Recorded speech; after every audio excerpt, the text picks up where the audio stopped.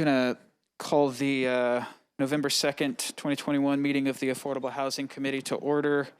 I'm going to take, sorry, this is a little awkward. I'm going to take roll here. Councilmember Parker is present. Councilmember Allen is present. Councilmember Hauser, Vice Chair Hauser is present.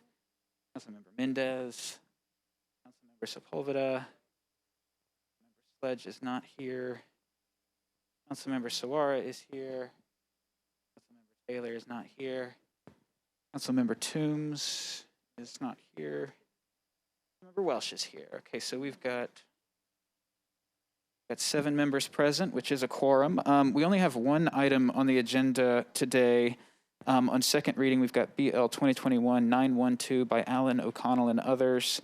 This amends the Metro Code to create a mechanism for the implementation of the Inclusionary Housing Incentive Program.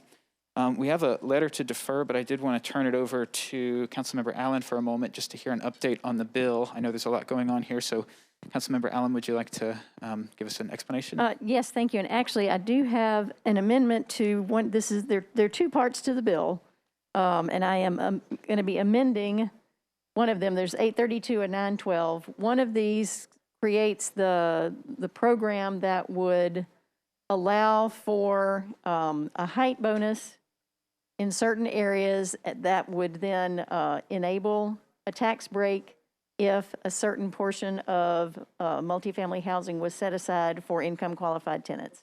So it's another mechanism to incentivize affordably priced housing. There's a second bill that creates a fund for that so that we've got, the official fund that money goes into. This bill 912 is the mechanism. And I'm going to be adding an amendment that will add a cap, an annual cap of $2.5 million, which is similar to what we do on our pilot and some other incentives that we've done. It adds a sunset in the middle of 2025, which gives the next council enough time to see what this is and then make a decision on whether they want to continue it. And then it also adds the possibility for MDHA or whoever the third-party entity is to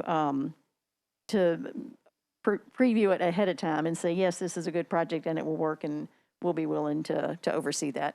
So that amendment, I need to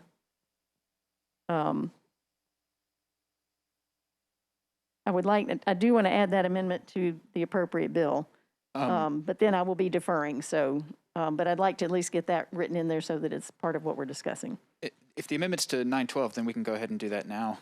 Okay, and that's what I need to verify. Hannah, you can tell me. Hannah is shaking her head no, it's to 832. Okay, it's on 832. Okay, so I'm just telling you that's part of this package because I know there had been some questions about that. So that does not go to this bill, and so for 912, all I need to do now that I've educated people is just ask to defer. Thank you for that opportunity to explain. Absolutely, thank you. And will this be tracking with 832? It will track with 832, so I need to defer at 2 meetings. Okay, excellent. So we've got a motion to defer BL 2021-912 for 2 meetings. Can we have a second? All right, it's been properly moved and seconded. Let's try it by voice vote. All those in favor? Aye. Whoops, there's a hand I'm up. sorry, we have discussion. On the deferral. Councilmember Mendez, on the deferral. I know it's tough with me behind you. I know it's going to be deferred, and I think the financial component is with the other bill, although I have a hard time keeping it straight. I just want to ask about the status of, last I heard, finance didn't really have any idea about how to, A, figure out what the incentive amount would be, and B, no way to figure out what the total overall impact would be. And I guess I was just interested in update whether that's been resolved or still underway. Yeah, Mr. Chair. Councilmember Allen. I recognize. Yes, thank you. So that finance has acknowledged that there are other departments that have better expertise at coming up with those numbers, and so we are working on getting a meeting together with those other departments to figure out who does what so that we can then have an answer to that question. So that's the reason for the deferral. All right, thanks. Thank you for asking.